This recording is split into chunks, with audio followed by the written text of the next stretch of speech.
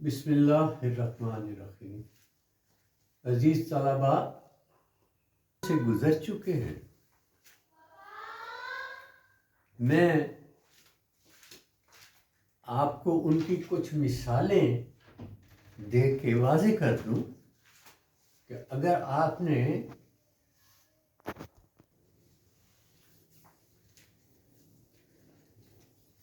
जहाँ तक सिंपल फिक्रे का ताल्लुक है वो तो बहुत सादा सी चीज़ है। उसमें फेल बी और फेल हैव हेल्पिंग वर्ब्स जो हैं हैज़ हैड का इस्तेमाल हुआ है इन होम। ये सारे के सारे फिक्रे, इसके बारे में मैं सिर्फ एक बात कहूँगा कि देखो, सादा फिक्रे में प्रिंसिपल वर्ब नहीं होता, एक्शन वर्ब नहीं होता, जिसकी 3 फॉर्में होती है।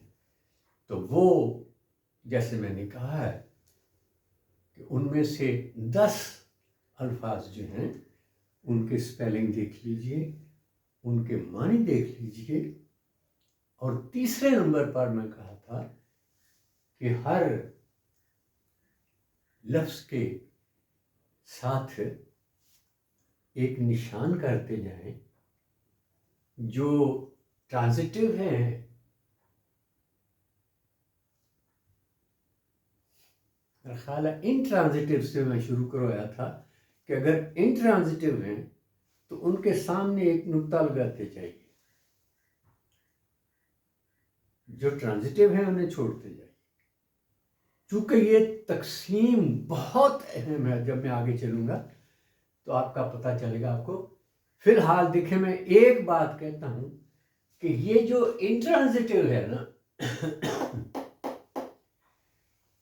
इसका पैसिव नहीं होता। क्यों नहीं होता?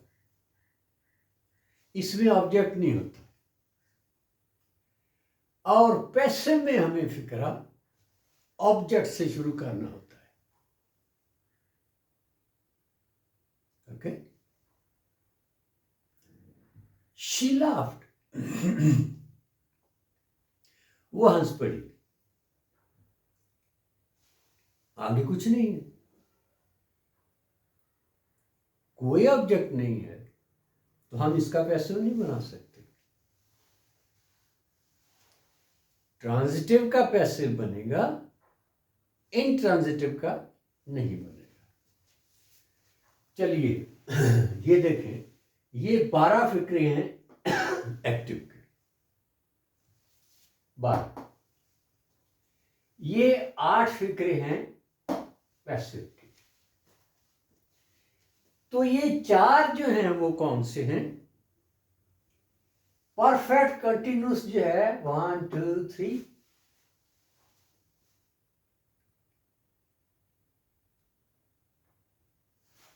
फोर।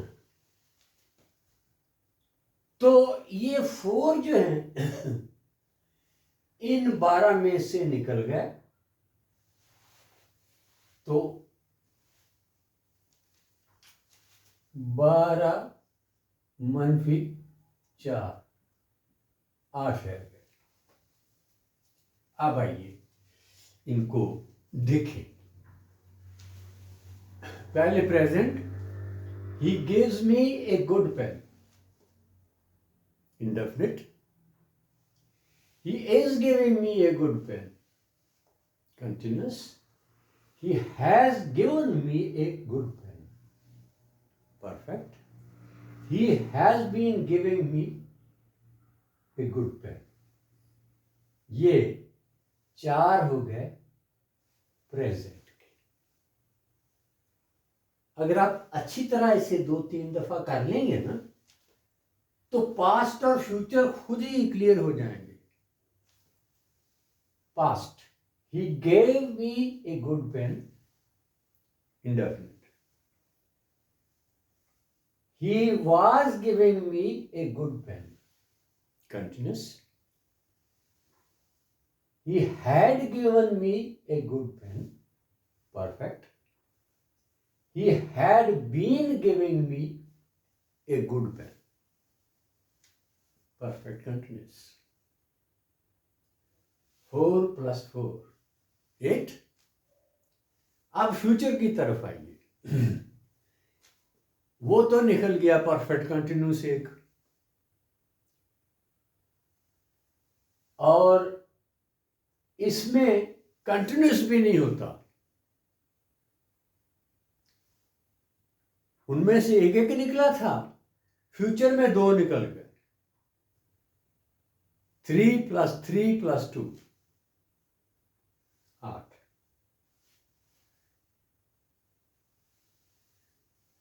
फ्यूचर में he will give me a good pen, he will be giving me a good pen, ये नहीं होता है। he will have been giving me a pen, he will give me, he will have given me, ये दोनों रह गए। अब आइए पैसिव के जो बाकी रहते हैं, हम उनके सामने a good pen was given to me, future अगर past indefinite, a good pen, ये अब बन गया है ऑब्जेक्ट, इधर से उठ के आखिर से ये पहले आ गया। A good pen was given to me by him. इसमें जरा देख लें, वो तरतीब क्या थी एक्टिव की? Subject plus helping verb plus principal verb plus object.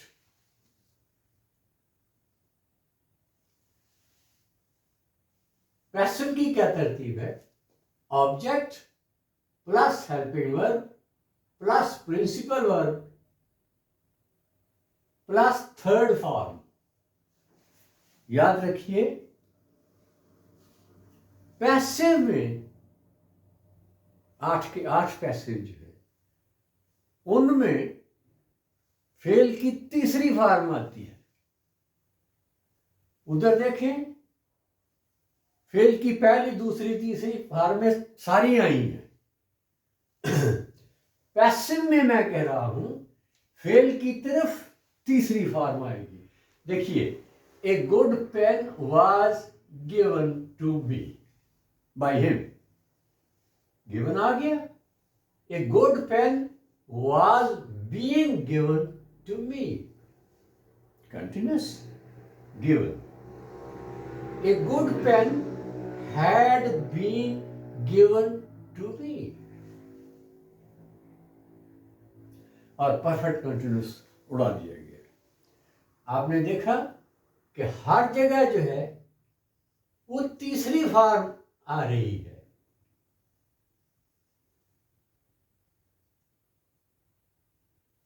इधर आइए,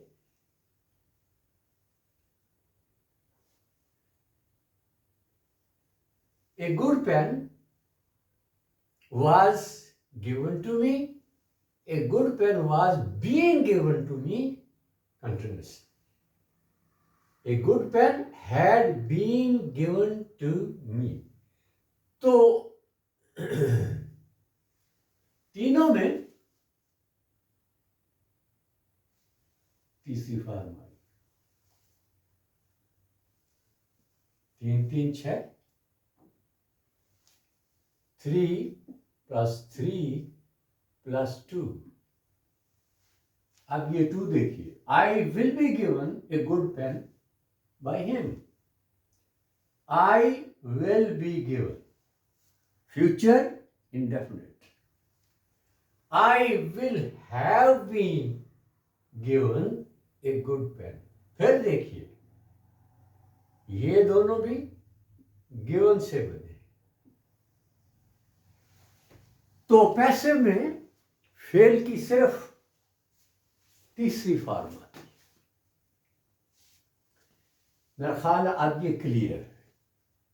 आपने जो फिक्रे लिखे थे वो अपने सामने रख के देखिए, अगर आपसे कोई गलती हुई है तो उसे ठीक कर। अब मैं इस तरफ दोबारा नहीं आऊंगा टेंसेस की तरफ, ये खत्म हो गया।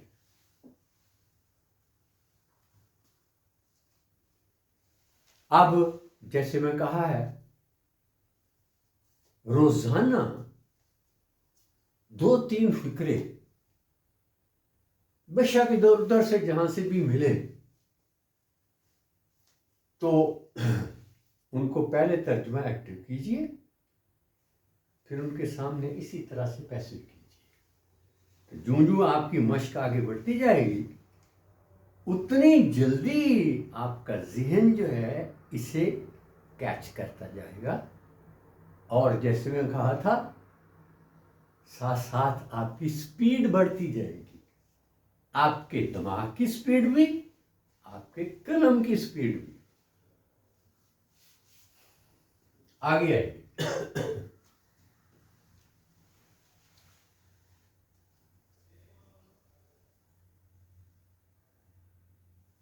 ये देखिए, आपने इन फिक्रों का नेगेटिव बनाना भी सीखा है, इंटेरोगेटिव बनाना भी सीखा है, और इंटेरोगेटिव नेगेटिव दोनों बनाना भी सीखे। और उसमें जो सबसे अहम बात थी वो ये थी कि जब आप नॉट लगाएं ना नेगेटिव बनाने के लिए, तो पहले हेल्पिंग वर्ब बंद करें, और जब आप सवाल बनाएं तो पहला वर्ब ही सब्जेक्ट से पहले लाएं, पहला हेल्पिंग वर्ब, दोनों सूरत। और जब आप इंटेरोगेटिव और नेगेटिव फिक्रा जो है उसको सवाल बनाए तो उसमें आपने पहले हेल्पिंग वर्ब के बाद नॉट लगाया है। अब आप नॉट के बाद आने वाला कोई हेल्पिंग वर्ब लिखेंगे या नॉट से पहले वाला लिखेंगे, ये तय हो गया है कि नॉट पहले हेल्पिंग वर्ब के बाद आएगा। तो उसी हेल्पिंग वर्ब को उठा के आप बाहर रख दें, इंटेरोगेटिव बन गया, सवाल बन गया। याद रहे, किसी दूसरे लफ्ज को छेड़ना नहीं। He is not helping me, सवाल बनाए, ही इज नॉट, सिर्फ इज बाहर निकालिए, इज ही नॉट, नॉट को नहीं छेड़ना, आगे पीछे करना, सिर्फ हेल्पिंग वर्ब पहला उठा के बाहर ले आइए, सवाल बन जाएगा। ये मिसालें हैं। He has not given me a good pen. Not किसके बाद आया है? हैज के बाद। पहला हेल्पिंग वर्ब हैज है, और फिक्रा नॉट लगाने से नेगेटिव बन गया। दूसरे, has he given me a good pen. देखिए, हैज बाहर आ गया, फिक्रा सवाल बन गया। अब आइए तीसरी सूरत, ये जरा ज्यादा समझने की है कि फिक्रा नेगेटिव भी है और इंटेरोगेटिव भी है, सवाल भी है, नफी भी है। तो उस सिलसिले में भी घबराने की जरूरत नहीं है। जो पहला हेल्पिंग वर्ब है नॉट से पहले, उसको आप बाहर निकाल दें।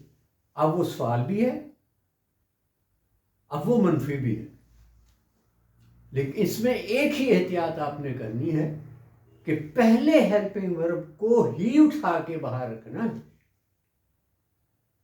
नॉट को नहीं छेड़ना। ये देखिए, has he not given me a good pen. Has he not given me, has आपने बाहर निकाल दिया है, सवाल बन गया, और नॉट अपनी जगह पड़ा है, नेगेटिव हो गया। मैं एक बार फिर बता दूं, ये जो फिक्रे नेगेटिव और इंटरोगेटिव भी होते हैं, इनमें सिर्फ पहला हेल्पिंग वर्ब बाहर लिख दिया जाता है। नॉट ने नेगेटिव तो बना ही दिया था। अब आप जब हेल्पिंग वर्ब बाहर निकालेंगे तो ये सवाल भी बन गया। ओके, ये था interrogative, negative and negative interrogative. Okay, अब आइए इधर, हम थोड़ा सा टेस्ट लेते हैं। जितना हम पढ़ चुके हैं, इसकी रोशनी में हम एक हल्का सा टेस्ट लेते हैं। फुल टेस्ट बाद में आएंगे, लेकिन एक छोटा सा। A watch stole in the train yesterday। जो कहना चाहता है कि एक घड़ी कल गाड़ी में चोरी हो गई। एक घड़ी कल गाड़ी में चोरी हो गई। लेकिन यह फिक्रा बता रहा है कि एक घड़ी ने कल ट्रेन में चोरी कर ली। एक घड़ी ने चोरी कर ली। देखिए किस कदर अजीब जो है वो मानी में फर्क पड़ा है। और फर्क ये क्यों पड़ा है कि ये जो स्टोल है ना, और करें, ये वर्ब आया है इसमें। ओके, तो इसके साथ ए वॉच आया है, ये ऑब्जेक्ट है। ए वॉच चोरी नहीं कर सकती, इसलिए ऑब्जेक्ट पहले लगाना पड़ेगा। अब जब ऑब्जेक्ट पहले आ गया है तो फिर भाई जो टेंस है वो दिखे। Was, A watch was,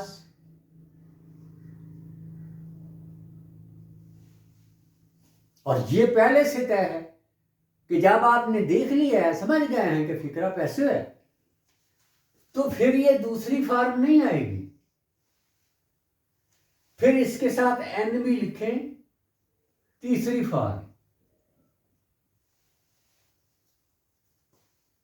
fail की सिर्फ तीसरी फॉर्म आएगी। अब इसके मानी बन गए, कल ट्रेन में एक घड़ी चोरी हो गई। ठीक, चोरी करना, इसके बाद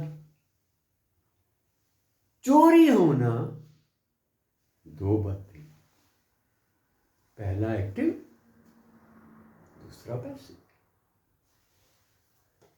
तो ए वॉच लिखते ही ये फैसला हो गया